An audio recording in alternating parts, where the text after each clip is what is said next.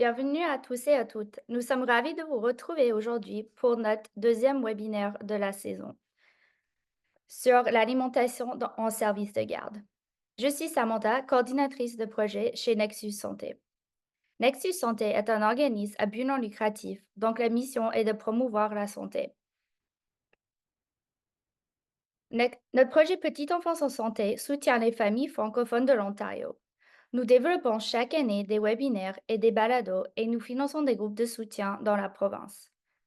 Tous nos webinaires de l'année dernière sont disponibles sur notre site internet parenthèse-on.ca et nos balados sont disponibles sur Spotify et notre application. L'application Parenthèse, sur laquelle vous pouvez retrouver toutes nos activités, est disponible sur Apple et Android. Vous pouvez également rejoindre notre groupe Facebook Parenthèse Ontario, informations et ressources en petite enfance. Avant de rentrer dans le vif du sujet, je voudrais prendre quelques minutes pour reconnaître et rendre hommage aux peuples autochtones, qui sont les gardiens traditionnels des terres sur lesquelles nous réunissons aujourd'hui. Je me trouve pour ma part sur les territoires Haudenosaunee et Mohawk. Nous sommes réunis de manière virtuelle, donc chacun et chacune dans nos espaces respectifs, mais il est important de se rappeler que chaque parcelle de cette terre a une histoire, et cette histoire est façonnée par les ancêtres et les communautés autochtones qui y ont prospéré depuis les millénaires. Cette reconnaissance n'est pas seulement un geste de respect, mais aussi une invitation à réfléchir profondément sur les richesses culturelles, le savoir ancestral et la sagesse que les peuples autochtones apportent à notre monde. Leur connexion intime à la terre, aux éléments et aux cycles naturels nous offre une leçon précieuse sur la durabilité et l'harmonie. Nous reconnaissons que le chemin vers la réconciliation est un voyage continu nécessitant une écoute attentive, une compréhension profonde et des actions concrètes. Alors, je souhaiterais que cette présentation soit un moment pour célébrer la diversité de nos voix et de nos perspectives, tout en honorant les fondations mêmes de cette terre sur laquelle nous avons la chance de nous exprimer. Merci. Et maintenant, je vous présente notre intervenante de cet après-midi. Dr. Thugo Lafleur est diététiste et membre de l'Ordre des diététistes de l'Ontario. Elle est également professeure à l'École des sciences de la nutrition de l'Université d'Ottawa. En ciblant plusieurs milieux de vie, par exemple les familles, les écoles et les services de garde, sa recherche vise à concevoir des interventions adaptées aux divers contextes pour promouvoir la saine alimentation auprès des familles, enfants et adolescents. Elle s'intéresse également au développement d'outils pour évaluer la pratique et la littératie alimentaire auprès des Je jeunes. suis vraiment ravie d'être parmi vous aujourd'hui en ce vendredi un petit peu tristounet, mais on va rendre ça plus agréable en parlant de saine alimentation. Je vais juste dire un petit peu de mots sur mon parcours, parce que oui, comme Samantha l'a dit, je suis diététiste professionnelle. Dans le fond, ma recherche maintenant est pas mal façonnée par mon expérience clinique en pédiatrie. Donc, avant de faire des études supérieures, j'ai pratiqué en clinique, j'ai fait un stage au Montreal Children's Hospital. Et puis ensuite, après avoir pratiqué un peu à Montréal, on a déménagé en Colombie-Britannique où j'ai pratiqué sur l'île de Vancouver, puis ensuite à l'hôpital pour enfants de la Colombie-Britannique.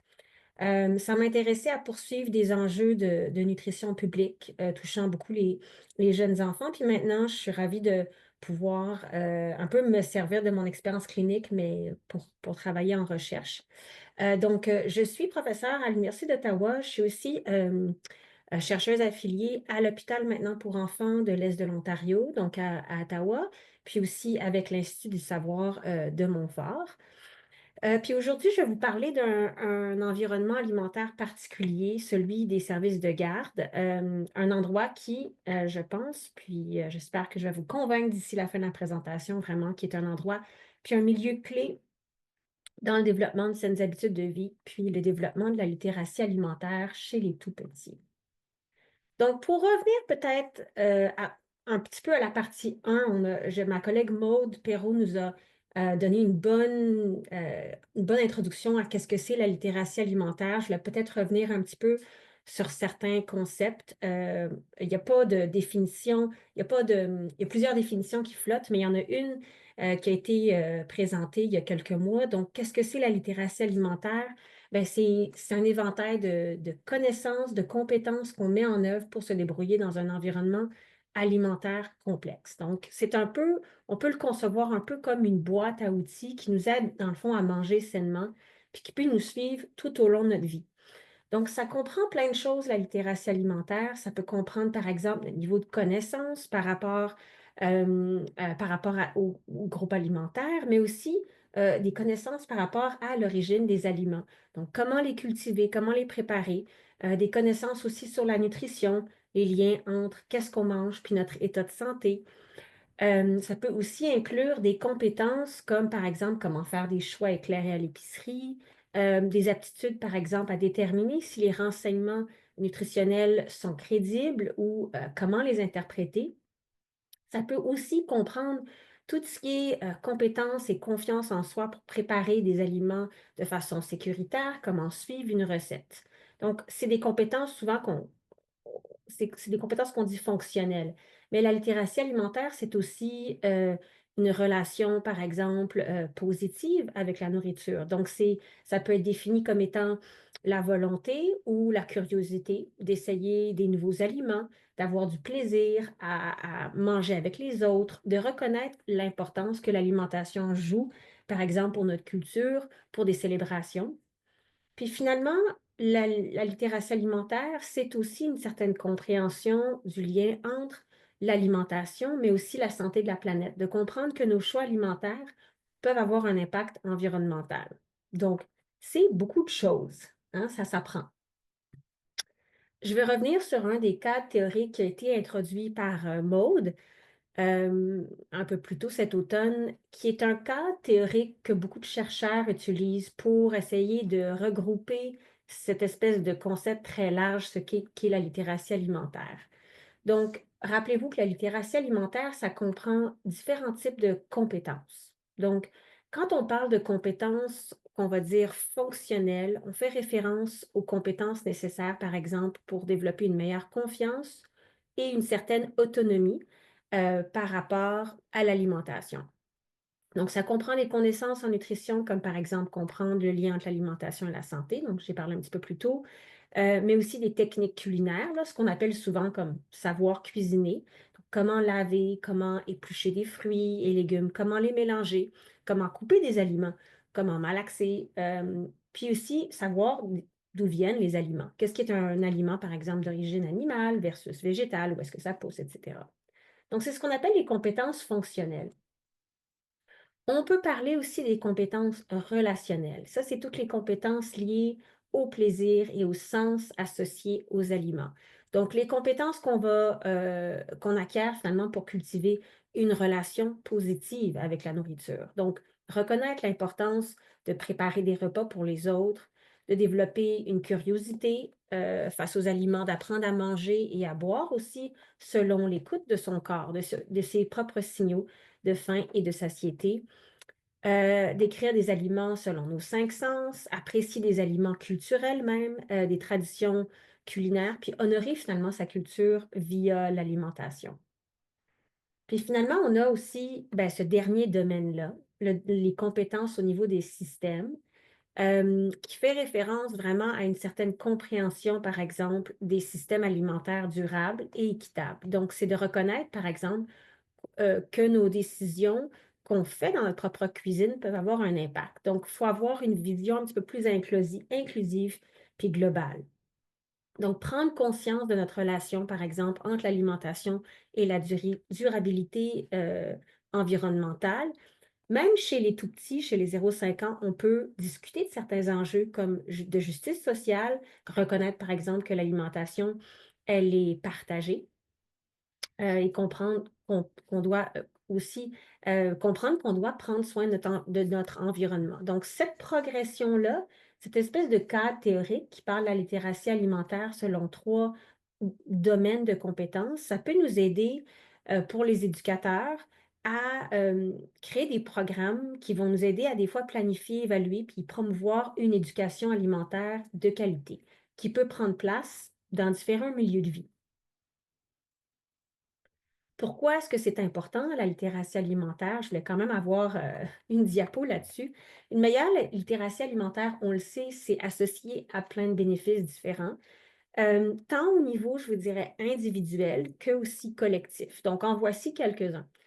On sait qu'une bonne littératie alimentaire, ça nous permet de faire des choix nutritionnels éclairés. Ça nous permet, c'est associé à une meilleure croissance, mais aussi un meilleur état de santé à long terme. Parce que les gens aussi s'autonomisent par rapport à certains choix alimentaires. Donc, on sait que les gens qui ont une bonne littératie alimentaire ont un niveau des fois de motivation interne qui est plus fort relié à leur choix alimentaire. Et ça, on sait que c'est associé à des choix alimentaires plus sains à long terme. Une meilleure littératie alimentaire, ça permet de favoriser aussi une meilleure autonomie et une confiance par rapport à la préparation des aliments, puis en développant des compétences culinaires ou des compétences au niveau de la gestion des aliments, les individus aussi deviennent plus autonomes, puis capables de préparer des repas sains et équilibré. On sait aussi qu'une meilleure littératie alimentaire peut apporter des bénéfices économiques. Donc, savoir planifier, préparer des repas à la maison, ça peut aussi nous permettre de réaliser des économies en réduisant notre dépendance, par exemple, à des aliments hautement transformés. Finalement, la meilleure littératie alimentaire, c'est associé et ça peut avoir des retombées environnementales. Donc, une meilleure compréhension des systèmes alimentaires, ça peut nous encourager en tant que consommateurs à faire des choix plus durables, comme par exemple la consommation de produits locaux, de saison, pour favoriser une meilleure santé planétaire. Finalement, ben, les programmes de littératie alimentaire peuvent aussi nous aider à sensibiliser les jeunes à certains enjeux de santé publique et certains enjeux environnementaux, les aidant ainsi à devenir des consommateurs plus responsables et des citoyens plus éclairés.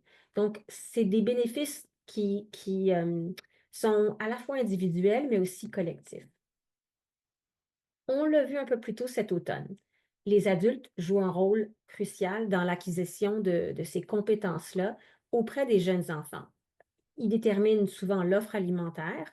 On le sait que les jeunes enfants en particulier ont très peu d'autonomie, par exemple, à l'offre alimentaire. Les adultes peuvent aussi influencer le développement de certaines compétences culinaires. Et finalement, les adultes sont des modèles tant par leurs actions, leurs discours, mais aussi leurs croyances autour de l'alimentation. Maud en a parlé aussi un petit peu plus tôt cet automne. Il y a certains contextes qui jouent vraiment un rôle clé. Donc, on sait que la littératie alimentaire, ça s'apprend à la maison, mais aussi dans des institutions comme les écoles, les services de garde. On pense évidemment, bon, souvent aux parents, puis au rôle familial, mais il y a d'autres endroits où ça s'apprend. Les services de garde, c'est des lieux privilégiés pour l'apprentissage de ces compétences en littératie alimentaire. En effet, en 2023, on comptait environ un demi-million d'enfants qui fréquentent un service de garde éducatif à l'enfance. C'est des statistiques du gouvernement de l'Ontario. Ça représente une augmentation de 4,2 là, par rapport à l'année précédente. Donc, on le sait, c'est un secteur où on voit qu'il y a une demande qui est accroissante, même si des fois, on en entend parler beaucoup dans les médias. L'offre n'égale pas la demande. C'est un endroit aussi où les enfants passent beaucoup de temps. Donc, un enfant, souvent, la plupart des enfants passent, des jeunes enfants, souvent dans ces milieux-là, vont passer environ 7,5 heures par jour. Donc, ça représente beaucoup de temps d'heures d'éveil. Et on sait que c'est environ la moitié ou même les trois quarts de leurs besoins alimentaires qui sont souvent consommés dans ces milieux-là. Donc, l'offre alimentaire dans ce milieu-là peut avoir une grande importance. Les services de garde, tout particulièrement, ils jouent un rôle crucial dans le développement de la littératie alimentaire à travers différentes façons, je vous dirais. Une des façons qui peuvent favoriser cette littératie alimentaire, c'est à travers une offre alimentaire variée. Donc, à travers des menus qui sont bien composés, qui sont bien construits, les services de garde peuvent exposer les enfants à une variété d'aliments, puis des traditions alimentaires aussi différentes qui vont peut-être pas avoir l'occasion d'explorer à la maison. Donc ça peut assurer un contexte ça peut être une occasion pour eux de développer une curiosité par rapport aux aliments. Au niveau aussi du temps qui passe avec les éducateurs et éducatrices en petite enfance, il y a des opportunités pour de l'éducation nutritionnelle. Donc, on peut intégrer des leçons, par exemple, sur la nutrition, les aliments, dans un programme quotidien qui va aider les enfants aussi à tranquillement prendre conscience, par exemple, de l'importance de différents groupes alimentaires, comment différents groupes d'aliments peuvent jouer un rôle dans leur corps, comprendre comment une alimentation équilibrée peut euh, affecter leur santé. Donc, il y a toutes sortes de jeux, d'activités pratiques que les éducateurs peuvent mettre en place. Certains de ces jeux-là aussi, je vais vous donner des trucs et des astuces ou des idées vers la fin de la présentation, mais ça peut être l'occasion justement d'une exploration vraiment sensorielle. Donc, pour les enfants de développer, par exemple, les aliments par le toucher, par l'odorat ou par le goût. Et c'est cette exploration-là qui, on sait, est très importante pour favoriser un sens de la curiosité et qui peut nous aider aussi par la suite réduire l'incidence de certains comportements alimentaires qui sont souvent problématiques comme l'alimentation difficile. Finalement, c'est un contexte privilégié parce que les éducateurs et éducatrices en petite enfance peuvent montrer l'exemple en faisant, par exemple, des choix alimentaires eux-mêmes sains. Donc, il y a la modélisation du comportement qui se fait au niveau des adultes et finalement aussi, il y a l'apprentissage qui se fait par les pairs. Donc, l'influence des autres enfants aussi peut jouer et puis peut aider à façonner, dans le fond, les préférences alimentaires des enfants. Je ne sais pas si vous le saviez, sans doute, si vous êtes un fournisseur de services de garde, là, mais en Ontario, les fournisseurs des services de garde qui sont licenciés sont tenus de fournir aux enfants un repas, un dîner et des collations en vertu de la loi là, de 2014 sur la garde d'enfants et la petite enfance. Et ce n'est pas toutes les provinces qui sont comme ça. Euh, Moi, je suis originaire du Québec aussi, donc ça fait longtemps on va dire que je voyais des services de garde qui fournissaient des repas aux enfants. Mais quand on a déménagé, par exemple, dans l'Ouest canadien, j'étais très surprise de voir que même les petits-enfants qui étaient en service de garde en journée prolongée n'avaient pas nécessairement accès à de l'alimentation de ces services de garde-là. Donc, les parents devaient fournir des repas pour toute la journée. Donc, il y a beaucoup de variabilité au niveau provincial. Euh, donc, il y a différentes provinces et territoires qui ont des lois et il y a beaucoup de variabilité au niveau, je vous dirais, du support ou des ressources qui sont offertes aux fournisseurs de services de garde. Compte tenu, par contre, en Ontario, là, de leur responsabilité au niveau de l'offre alimentaire, le gouvernement provincial de l'Ontario et les diététistes de Santé publique Ontario, ça fait longtemps qu'ils travaillent sur des lignes directrices afin de promouvoir la saine alimentation dans ce milieu. Puis, de par le fait même, pour eux, la saine alimentation puis la littératie alimentaire, c'est quasiment comme des termes qui sont interchangeables. J'aime beaucoup leur définition de la saine alimentation. Je vous mets ici sur cette diapo, dans le fond, c'est un peu leur concept, c'est comment ils ont défini la saine alimentation dans les services de garde. Donc, pour eux, c'est pas seulement les aliments qui sont offerts, mais c'est aussi comment on mange. OK? Donc, la saine alimentation, c'est un endroit, et on reconnaît que c'est un endroit où les enfants vont apprendre à se nourrir, à manger, à boire, mais en fonction de leurs signaux aussi corporels, c'est un endroit où est-ce qu'ils vont apprendre à développer des attitudes positives au repas. Donc, c'est pas juste qu'est-ce qu'on mange, mais aussi l'apprentissage de comment est-ce qu'on mange. On définit dans ce cadre-là un espace, la saine alimentation, comme un espace où les enfants vont avoir accès à une nourriture qui va être adaptée à leur âge, donc à des heures régulières. On parle ici souvent d'offrir un repas et deux collations, donc pour des journées de 6-7 heures. C'est un endroit aussi où les enfants peuvent s'attendre à être exposés à une atmosphère sécuritaire et encourageante. Donc, les enfants, par exemple, ont confiance qu'ils vont avoir accès à une alimentation et les éducatrices ont aussi confiance que les enfants vont manger à leur faim, s'ils ont faim. Finalement, c'est un espace où il y a de l'opportunité. Les enfants ont l'opportunité d'explorer, d'essayer des nouveaux aliments. Et c'est un espace où les enfants ont la capacité d'écouter leurs signaux de faim et de satiété. Donc, ça, c'est ce qu'on appelle l'alimentation sensible aux besoins. Donc, l'alimentation sensible aux besoins en petite enfance, vous en avez peut-être déjà entendu parler, c'est vraiment quand les éducateurs et éducatrices répondent de manière appropriée et de façon sensible aux signaux de faim et de satiété des enfants, ce qui va ensuite favoriser une certaine autorégulation de l'enfant, le développement du sens de soi. Puis ça va aider aussi les enfants à développer leurs compétences alimentaires. Ça va signifier aussi qu'ils vont avoir tendance plus à apprécier, par exemple, une plus grande variété d'aliments. Ils vont être plus ouverts à explorer des nouveaux aliments, puis ils vont apprendre eux-mêmes à respecter leurs signaux de faim et de satiété.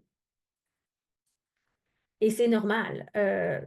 Quand les enfants se développent au tout jeune âge, ils vont apprendre à développer leur autonomie puis leur relation avec la nourriture. Puis des fois, c'est un petit peu, on se sent un petit peu dépourvu comme parents ou éducateurs quand on voit des enfants, par exemple, qui vont s'efforcer d'être indépendants. Ils peuvent refuser de manger, ils peuvent vouloir manger les aliments eux-mêmes, ils veulent se nourrir eux-mêmes. Donc, il faut accepter ces comportements-là comme étant normaux, puis être confortable avec ça.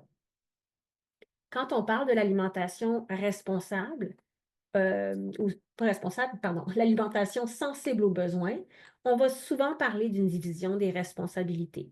Donc, qu'est-ce que c'est la division des responsabilités en alimentation? Ben, c'est vraiment quand l'éducateur, par exemple, son travail, c'est de décider quels aliments sont offerts, où et quand les enfants vont manger. Mais c'est l'enfant qui va décider, par exemple, quels aliments il va manger, si il va manger et en quelle quantité. Et l'alimentation sensible aux besoins, c'est vraiment une relation qui est mutuelle entre l'enfant et l'éducatrice, qui est basée sur la confiance. Donc, encore une fois, les enfants savent que les éducatrices vont leur fournir de la nourriture durant la journée et les éducateurs, éducatrices vont faire confiance là, aux enfants pour manger. Donc, ça, c'est dans les lignes directrices vraiment de la saine alimentation. Moi, ce que je vous demanderais, la question que je vous poserai aujourd'hui, c'est peut-être, avant de faire un survol là, des stratégies puis des ressources pour favoriser cet apprentissage-là, je vous demanderais de vous poser la question suivante. Bien, posez-vous la question, c'est quoi le rôle que vous avez? Est-ce que vous êtes directeur ou gestionnaire d'un service de garde? Est-ce que vous êtes plutôt un éducateur ou une éducatrice en petite enfance? Ou peut-être que vous êtes cuisinier ou cuisinière? Peut-être que vous avez tous ces rôles-là aussi, ça peut arriver. Peut-être que vous êtes un parent ou que vous avez un autre rôle.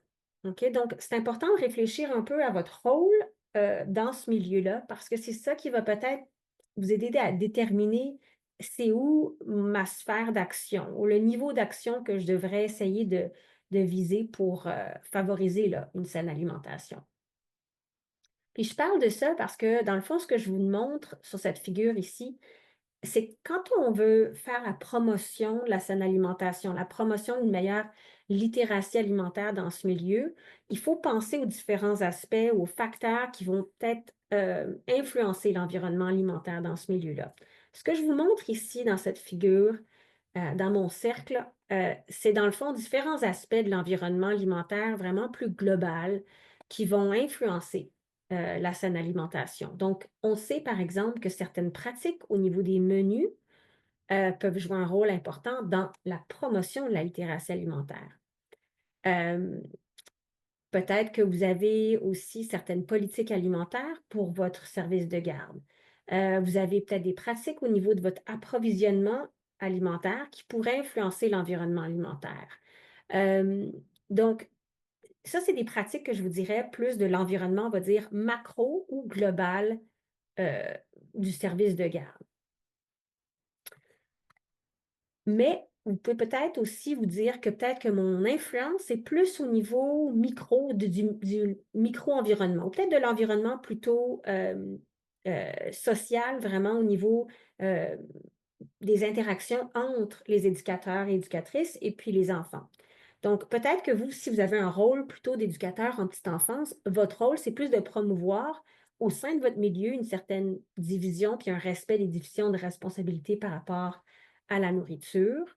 Peut-être que vous pouvez plutôt faire la promotion d'une alimentation saine, sensible aux besoins auprès de vos collègues.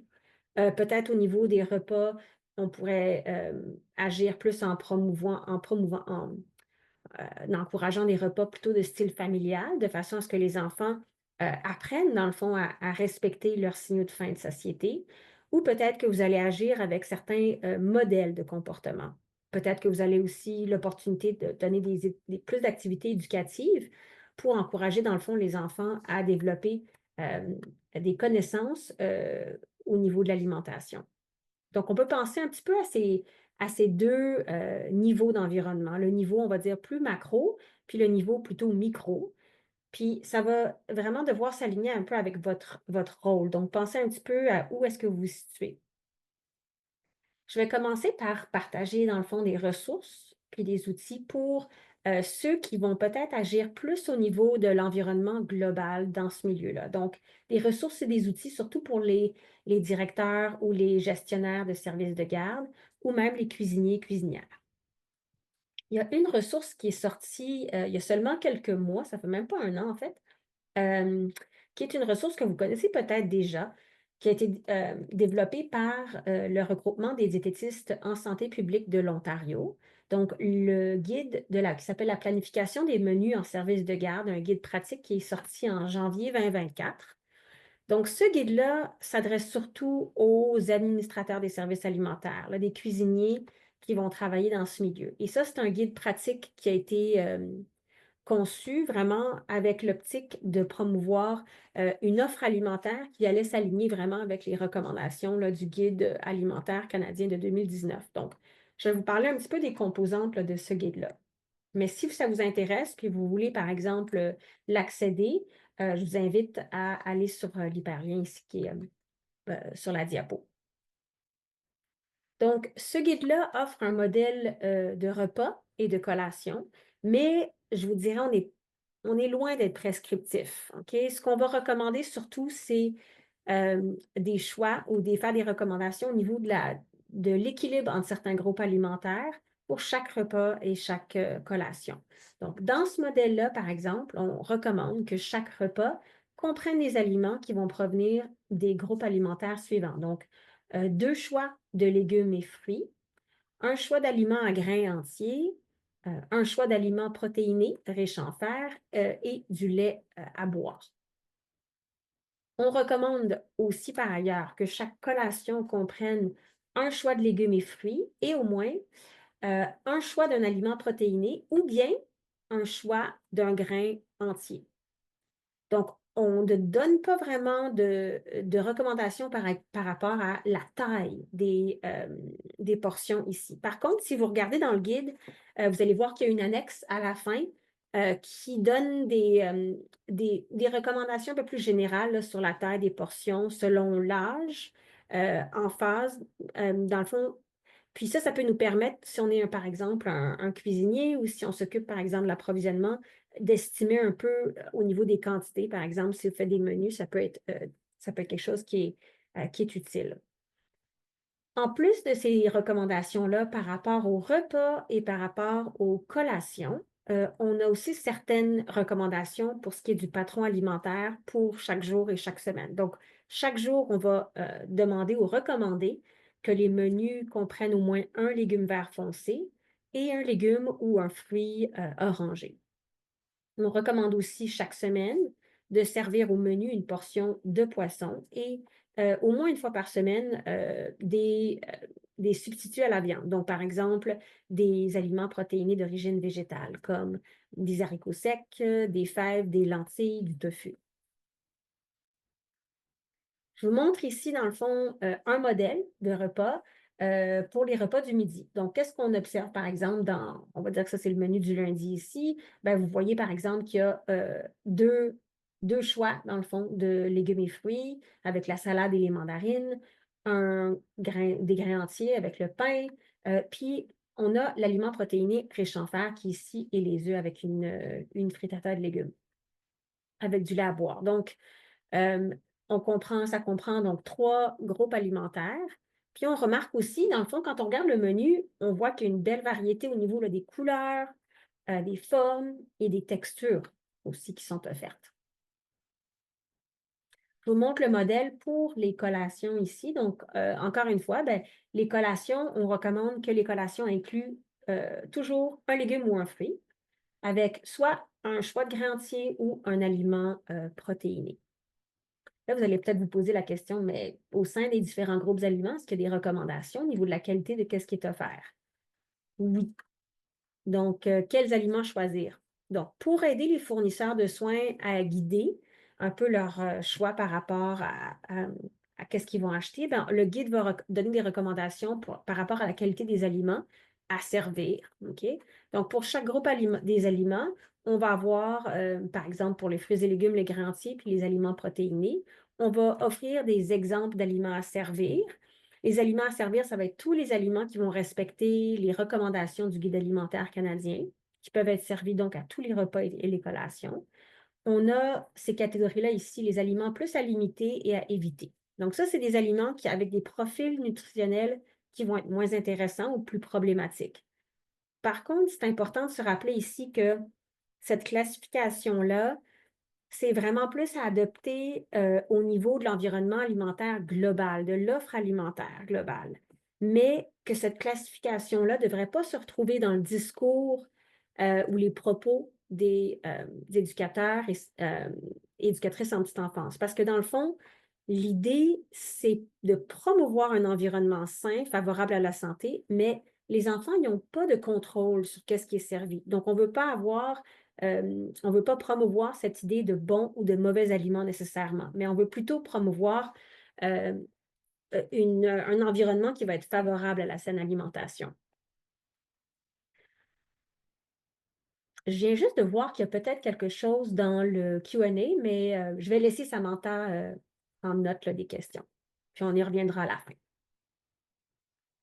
Donc, je vous montre ici, sur cette diapo, dans le fond, les exemples des légumes et fruits, par exemple, à servir, puis ceux plutôt à éviter. Donc, on remarque, par exemple, que les jus de fruits sont non recommandés, mais on recommande plutôt des légumes, des fruits entiers. Il y a aussi des belles ressources complémentaires qui ont été ajoutées en plus du guide pratique que vous pouvez trouver en ligne. Il y a plein de trucs et astuces sur comment modifier les recettes, par exemple, pour répondre au guide pratique. Il y a des trucs et des astuces pour augmenter l'utilisation des protéines végétales. Vraiment, des trucs, par exemple, comment faire la substitution pour des allergènes qui sont courants durant cette période de petite enfance. Il y a des trucs pour réduire le coût des aliments qui ne cessent que de monter et aussi des trucs pour réduire, par exemple, l'impact sur l'environnement. Et finalement, on offre un bel exemple d'un menu type de 4 semaines. Donc, il y a vraiment des belles ressources pour ceux et celles qui travaillent plus au niveau là, du service alimentaire dans ce milieu-là. Maintenant, je vais parler plus des quelques ressources et outils plutôt pour les éducateurs en petite enfance et peut-être aussi pour les parents. Donc, si je fais un retour un petit peu sur l'alimentation sensible aux besoins, donc peut-être justement, encore une fois, plus au niveau de la relation positive avec la nourriture, donc peut-être que c'est plus votre rôle en tant qu'éducateur ou peut-être au niveau de votre parent. Il faut se rappeler que quand on veut essayer d'avoir des actions qui vont favoriser l'alimentation sensible aux besoins, ben, on peut se demander ça ressemble à quoi au quotidien, OK? Euh, Ça fait référence, dans le fond, à des comportements, des pratiques qui vont favoriser une certaine curiosité chez les enfants. Donc, par exemple, on va vouloir donner aux enfants le temps d'explorer, de toucher, de goûter leur nourriture. On va proposer de nouveau aussi des aliments, on va des fois proposer des aliments qui sont nouveaux avec des aliments familiers. OK? Faut aussi être patient parce que ça prend du temps avant qu'un enfant, des fois, soit gradué à essayer un aliment. Donc, souvent, il faut 10, 15, parfois plus, expositions à un nouveau aliment avant que l'enfant l'accepte. Donc, un excellent moyen pour les enfants, par contre, de découvrir un peu plus positivement des nouveaux aliments, des fois, c'est de voir les pères, les enfants autour de lui, puis les adultes l'apprécier. Donc, vos comportements sont vraiment importants. Être un bon modèle de référence, par exemple, comme en tant qu'adulte, ça veut dire aussi souvent utiliser des mots descriptifs pour parler de l'alimentation, plutôt que des jugements par rapport aux aliments. Donc, on ne veut pas étiqueter les aliments comme étant bons ou mauvais. On veut plutôt dire des choses comme ah ben la tomate est vraiment rouge ou elle est juteuse est-ce qu'elle est sucrée ou je la trouve acide? Donc, on va plutôt parler des aliments comme tels, mais on va essayer de rester plus neutre, dans notre description. Des fois, ça veut dire aussi, quand on parle d'alimentation sensible aux besoins, ça veut dire, de démontrer dans le fond une attitude positive à tous les types de corps. Donc ça veut dire être sensible au fait que les corps sains, heu sont de diverses formes, tailles, et puis qu'un corps sain, ça représente un aspect différent, là, pour chaque personne. Donc on veut éviter aussi que les adultes commandent sur leur taille, leur forme. On veut plutôt mettre l'accent sur les attributs positifs du corps, sans lien avec l'apparence physique, comme par exemple l'état d'esprit, les efforts, les aptitudes ou les talents. On veut évidemment, manger avec les enfants dans la mesure du possible, puis on peut en proposer on peut profiter de ce temps-là pour parler des aliments proposés, puis de montrer justement que, quand on mange certains aliments, on utilise certains ustensiles ou on peut modéliser certains, des bonnes manières à table. On veut aussi montrer à l'enfant, notre ouverture par rapport à essayer, là, dans le fond, goûter des nouveaux aliments.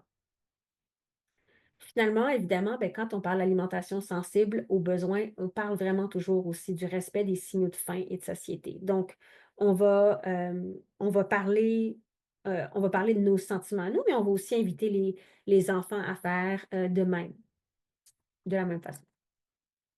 Je vous mets un petit peu ici une ressource qui a été aussi développée, encore une fois, par Santé publique Ontario, qui est très utile parce qu'elle est très concrète et très pratico-pratique. Dans cette ressource-là, on nous donne des stratégies pour résoudre des situations, par exemple, très courantes au moment des repas, afin de promouvoir des habitudes alimentaires positives. Donc, ça, c'est des stratégies qu'on peut utiliser quand on fait face des fois à certaines situations durant les repas qui peuvent nous déstabiliser. Puis on veut le plus possible, dans le fond, promouvoir une expérience positive. On ne veut pas utiliser la honte ou la pression. Donc, si vous regardez le premier exemple que je vous donne en haut ici, vous avez un enfant, par exemple, qui va refuser le repas ou la collation, ou bien qui veut juste manger un ou deux aliments dans son assiette. On pourrait répondre par quelque chose comme ben, c'est correct, tu n'es pas obligé de le manger, mais assieds-toi avec nous un moment. Ou tu peux essayer d'autres aliments sur la table si tu ne veux pas essayer celui-ci. Mais on va se concentrer, dans le fond, sur le repas, le temps qu'on passe ensemble, et non sur la quantité qui est mangée. On ne veut pas utiliser la pression, qu'elle soit positive ou négative, pour que les enfants goûtent à quelque chose. Donc, la règle, par exemple, de tout goûter une fois dans l'assiette, on ne va pas vouloir l'utiliser parce que ça peut, à la longue, favoriser une relation négative avec la nourriture.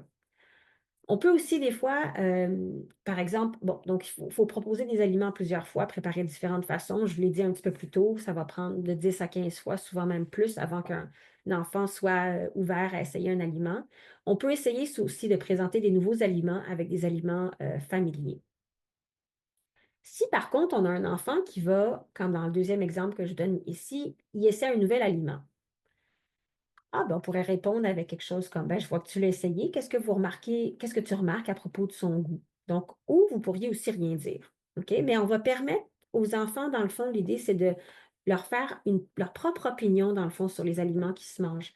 On va essayer d'encourager les enfants à explorer, dans le fond, chaque aliment avec le goût, les textures, les apparences. Mais on ne veut pas utiliser la pression. OK? D'autres scénarios qui peuvent vous arriver, l'enfant mange plus ou moins que d'habitude, c'est normal. Encore une fois, ce n'est pas votre responsabilité que de déterminer combien l'enfant doit manger. C'est à lui ou à elle de déterminer ça.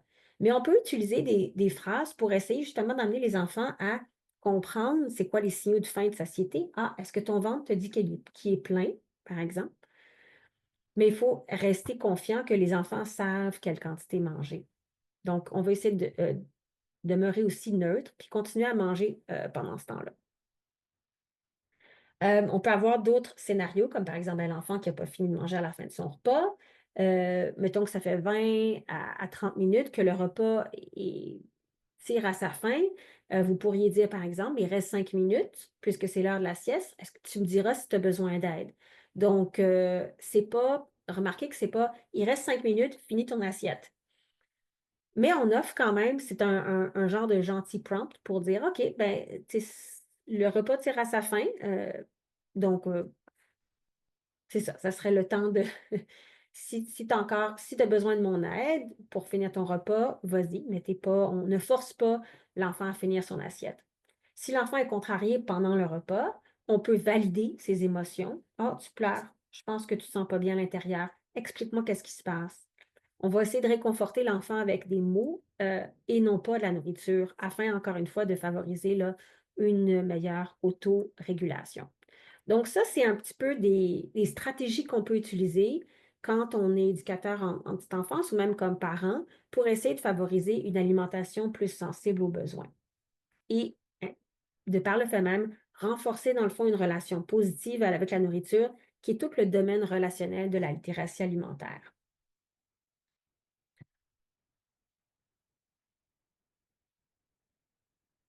J'avais soif. Bon, OK. Est-ce que vous saviez, c'est peut-être un petit fait intéressant que je voulais vous partager, que plusieurs enfants font souvent pas l'association entre ce que j'appelle un aliment à l'état brut et même le même aliment coupé en morceaux dans leur assiette. Qu'est-ce que ça veut dire? Ben, ça veut dire qu'on peut présenter souvent les aliments euh, dans l'avant-midi, peut-être pendant notre service de garde, afin de permettre aux enfants vraiment de découvrir en l'observant, en le sentant, en le couchant, en le touchant avant même qu'il soit préparé. Puis une fois que l'aliment va être présenté en plus petits morceaux dans l'assiette, ils vont peut-être avoir une meilleure connaissance de l'aliment, puis ils vont être plus enclins à goûter l'aliment.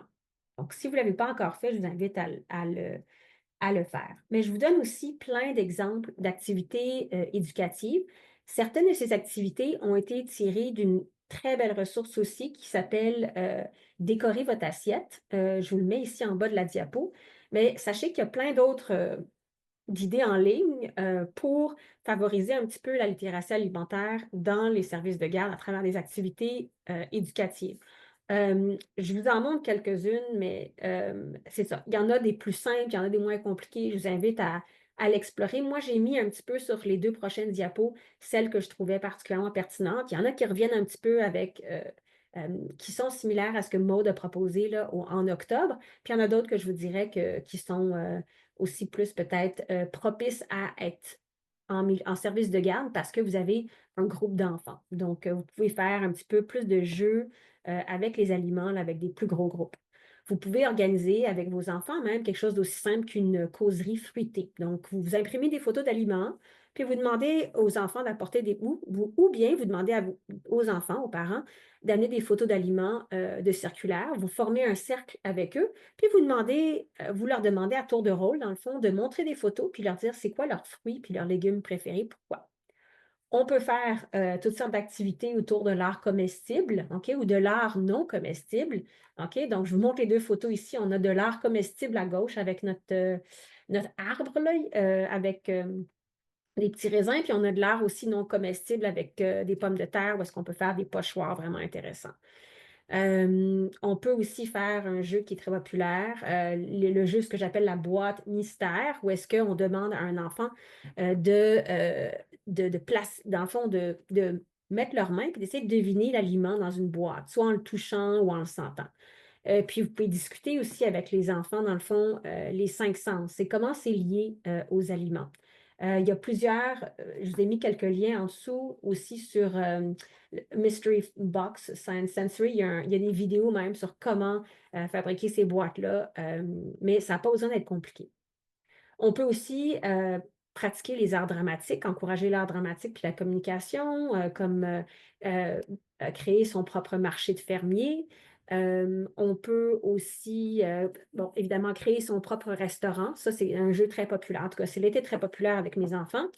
On peut créer des tables sensorielles, des mosaïques même de graines ou de légumineuses sèches.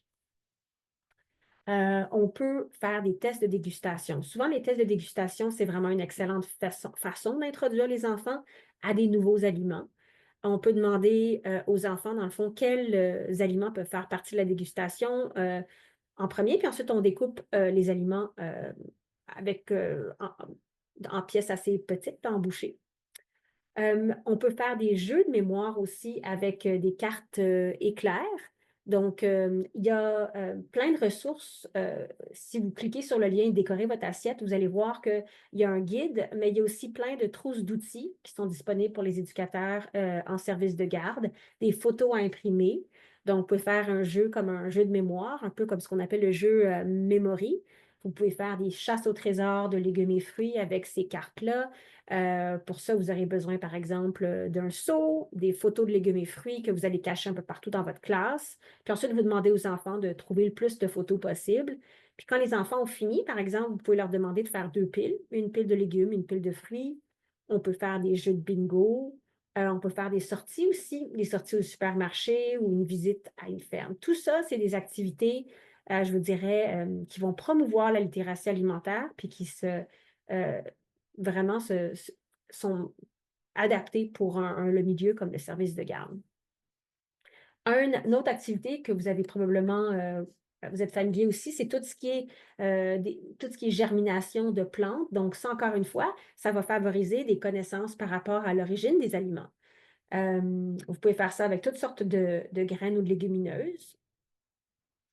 Et puis finalement, ben, je voulais vous donner un lien à plusieurs ressources. Des ressources que j'ai trouvées qui sont particulièrement intéressantes. Les producteurs laitiers du Canada en 2015 sont sortis avec un livre, avec un recueil d'activités culinaires vraiment éducatives, puis c'est très, très bien fait. Je vous encourage à le consulter si vous êtes un éducateur en petite enfance. Il y a aussi, comme je vous disais, le guide Décorer votre assiette de légumes et fruits des diététistes de Santé publique Ontario, qui est un guide, mais aussi une trousse d'outils en ligne que vous pouvez aussi imprimer. Euh, donc, deux très, très bonnes ressources. Ceci étant dit, je suis très consciente que si je parle à des éducateurs en petite enfance, vous faites face à beaucoup de défis en ce moment. Malgré ces opportunités pour favoriser la littératie alimentaire, je sais que vous faites face aussi à des budgets serrés qui sont fixes, alors que souvent le prix des aliments et les aliments plus chers ne cessent d'augmenter. Donc, ça peut être difficile. Aussi, il peut y avoir un manque de temps dédié à la formation continue auprès de votre personnel. Il peut y avoir des fois aussi des manques de connaissances ou de soutien ou des capacités. Vous avez peu de ressources. Certains d'entre vous aussi peut-être opèrent dans des endroits où les installations, les équipements de cuisine sont sous-optimaux. Vous avez peu d'espace d'entreposage, de congélation. Il peut y avoir aussi des fois certaines résistances au changement. Et puis évidemment, vous êtes aussi un des secteurs où il y a le plus d'instabilité de la main-d'œuvre. Donc, je voulais un peu mettre sur cette diapo-là ces défis-là auxquels vous faites face. Mais ceci étant dit, je pense qu'il y a beaucoup d'opportunités quand même pour favoriser une meilleure littératie alimentaire. Puis je vous dirais que malgré ces défis-là, je demeure convaincue que les services de garde, c'est vraiment des endroits qui sont privilégiés pour le développement de la littératie alimentaire. Rappelez-vous aussi, comme ma collègue Maude l'a dit, ben, des saines habitudes de vie et des compétences en alimentation, en littératie, ça s'apprend très, très tôt. Donc, je vous rappelle, la petite enfance, c'est une période cruciale. Pourquoi? Parce que c'est souvent là que les préférences alimentaires vont se former et ont tendance à nous suivre un peu tout au long de notre vie. Donc, c'est important de penser à ces milieux-là parce que justement, ça peut avoir une répercussion à très long terme, dans le fond, sur notre relation avec la nourriture, mais aussi notre état de santé. Donc, je vais m'arrêter là. Si vous avez des questions, des commentaires, je vais laisser Samantha euh, regarder les questions et tout, mais si vous avez des suggestions ou si vous voulez rentrer en contact avec moi, j'ai mis mon contact sur cette diapo, puis je vous invite à- à me contacter si vous avez de l'intérêt ou vous voulez collaborer. Fait que merci beaucoup. J'ai hâte à vos questions si vous en avez. Merci beaucoup. Donc, juste en attendant les questions, je vais lancer le sondage de fin du webinaire. Donc, on avait reçu une question pendant la présentation, c'était par rapport au guide. Donc, j'avais envoyé le lien que vous avez mis dans la présentation. Mhm. Je pense qu'on a une autre question. Donc, c'était par rapport à, est-ce que vous avez des conseils à comment aborder la nutrition surtout au niveau des protéines. Si, par exemple, il y a un ou 2 enfants en service de garde qui sont végétariens ou qui ont d'autres restrictions alimentaires. Mmh. Ben, ça, c'est une excellente question. D'ailleurs, le guide dont j'ai parlé, qui est un guide pour, plutôt pour, on va dire, les cuisiniers, les gens qui travaillent en service de garde, mais qui vont s'occuper de l'approvisionnement alimentaire, parle des sources de protéines, végétales. Il y a une très grande variété de protéines végétales, je vous dirais, et c'est c'est possible, d'avoir une alimentation saine et équilibrée végétarienne, comme c'est aussi possible de manger moins sainement, on va dire, végétarien. Donc, je vous dirais le guide va vous donner plusieurs idées par rapport à comment incorporer des protéines, végétales. Mais je ne sais pas si la question qui se posait ici, c'est à savoir, comment choisir les types de protéines végétales? Est-ce que c'était par rapport à ça? Peut-être que tu peux clarifier ça pour moi? Alors, bah, moi, ce que j'avais un peu compris, c'est par exemple si, ils ont l'habitude de servir la viande et il y Mmh. a la majorité des enfants qui mangent par exemple la viande, mais juste quelques-uns qui en mangent pas. Ouais, Est-ce ouais. Oui, ben, c'est sûr que, je sais par exemple qu'il y a plusieurs services de garde qui, récemment ont carrément revu un peu leur pratique au niveau du menu et certains d'entre eux choisissent, de faire un virage végétarien, c'est-à-dire de vraiment, servir beaucoup plus de protéines végétales parce qu'il y a, premièrement, c'est associé à une alimentation plus durable, mais aussi d'une certaine façon, c'est un peu plus inclusif, parce que certaines familles, des fois, ont des pratiques alimentaires reliées, par exemple, à leur culture, mais soit ils mangent, par exemple, halal à la maison et puis donc ça devient un peu plus compliqué pour le service de garde de gérer, ces différentes, on va dire, différentes préférences. Puis il y en a certains qui ont choisi de faire un peu un virage, végétarien parce qu'ils considèrent ça comme étant un petit peu plus inclusif. Hem, Encore une fois, il y a j'ai pas de recommandation à savoir, est-ce que je pense que c'est tout le monde devrait faire un virage végétarien? Pas nécessairement, mais je pense qu'en tout cas, dans le nouveau guide, on recommande au moins un repas par, semaine, soit utilise des substituts de viande. Donc, on encourage, je pense, d'incorporer plus de protéines végétales et si vous voulez le faire plus dans votre menu, il y a toutes sortes de trucs puis de recettes, qui ont été testées justement dans cette ressource-là que je vous recommanderais d'essayer. Hem, une des trousses d'outils d'ailleurs que je vous ai données, je pense que je partage encore mon écran si je reviens un petit peu en arrière. Hem, Dans le guide, de l'Ontario qui s'appelle «Décorer votre assiette de légumes et fruits», si vous regardez sur le guide, il y a toutes sortes de non seulement d'idées de menus, mais aussi de différentes recettes, dont quelques-unes qui utilisent des protéines, végétales. Donc je vous conseillerais de les essayer.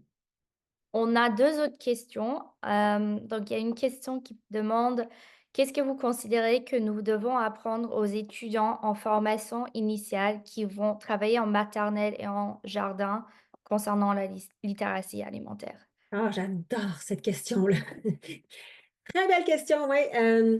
Écoutez, ben, justement, une des choses que j'essaie de comprendre, c'est un peu le niveau d'exposition que les éducateurs en petite enfance ont par rapport à la littératie alimentaire. Hem et comme je sais que les cours d'économie familiale, par exemple, en Ontario, sont optionnels, hein, dans le curriculum. Donc c'est pas tous les adolescents qui prennent des cours d'économie familiale, qui sont exposés à la littératie alimentaire. Je ne sais pas jusqu'à quel point, la littératie alimentaire fait partie, du curriculum de formation des éducateurs et éducatrices en petite enfance. Je pense qu'il y a peut-être de la variabilité. Il y a peut-être certains endroits ou institutions qui en parlent, d'autres moins. Hem, il y a des opportunités de formation aussi continue. Je sais par exemple qu'au Québec, il y a, l'Association québécoise pour les centres de petite enfance, la QCPE, qui fait beaucoup de formations en ligne. Il y a des belles formations en ligne qui sont disponibles et qui sont peut-être dans d'autres provinces, mais qui s'appliquent. Si vous êtes un éducateur en petite enfance, puis vous êtes intéressé avec la littératie alimentaire, il y a des formations qui sont disponibles. Je pense que c'est un sujet qui devrait être, définitivement couvert, parce que, tu sais, apprendre à s'alimenter, je pense que, tu sais, je pense que tous les enfants ont droit à une éducation alimentaire de qualité, puis je pense que ça commence en petite enfance. Donc si on fait pas cette formation-là aussi au niveau des éducateurs, on perd cette opportunité-là. Parfait et puis on peut se permettre on a une petite dernière question donc, est-ce que c'est nécessaire en service de garde d'avoir un menu à chaque saison? C'est une bonne question. Je sais pas si ça fait partie pour être honnête, de la régulation. Donc je sais pas si, c'est même comme, on va dire demandé par la loi. Ceci étant dit, je pense qu'avoir des menus différents, pour chaque saison, ça a plusieurs avantages. Un avantage, c'est que ça va vous permettre de peut-être faire des économies, parce que ça va favoriser une alimentation plus, saisonnière, peut-être plus locale. Ça va aussi augmenter la diversité d'aliments que les enfants vont pouvoir explorer. Donc, je pense qu'au niveau, des coûts, mais aussi au niveau de la littératie alimentaire, ça va permettre une meilleure variété. Heu, donc, je vois pas de désavantage par rapport à ça. C'est sûr que c'est peut-être un peu plus de travail, mais et je vous dirais que je vois pas de désavantage par rapport à ça. Ouais. Parfait et si je peux, on a reçu une dernière question, Oui. donc c'est dans nos programmes comme personnel éducateur, nous ne voulons pas donner accès à jouer avec la nourriture, en question de gaspillage. Mmh. Donc quels sont d'après vous les avantages de laisser faire? Ouais, c'est une bonne question. Je pense qu'il y a des très belles ressources que j'ai pas eu le temps de partager avec vous, sur un peu comment réduire le gaspillage alimentaire. Si vous allez dans les espèces de trousses d'outils des diététistes de l'Ontario en santé publique, il y a des trucs et des astuces sur comment réduire le gaspillage alimentaire qui pourraient être, qui pourraient être mises en place tout en même temps, laissant la chance et l'opportunité des enfants d'explorer et de jouer un peu avec leurs aliments parce que c'est quand même, c'est quand même ça fait partie de leur développement, puis c'est pour, à la longue, ça peut être associé à une curiosité alimentaire qui a des bénéfices à long terme. Donc, on peut peut-être en servir un petit peu moins dans l'assiette. On peut peut-être, encourager les enfants à se servir la portion qu'ils pensent ou qu'ils jugent, comme quoi ils sont capables de finir pour les encourager à respecter leurs signaux de faim de satiété. Mais en même temps, c'est normal qu'ils découvrent les aliments. Puis ça veut dire peut-être jouer avec leurs aliments un petit peu. Puis il faut qu'on soit confortable par rapport à ça. Parfait, merci beaucoup. Donc malheureusement, on est arrivé à la fin de notre heure ensemble. Donc si vous avez des questions, n'hésitez pas à nous envoyer un courriel. On pourra transmettre vos questions à Dr. Thugo Lafleur. Donc je voulais remercier tout le monde pour votre participation et merci beaucoup, Dr. Thugo Lafleur. Merci, Samantha, puis merci à tout le monde qui est venu aujourd'hui. Bonne fin de semaine. Bonne journée.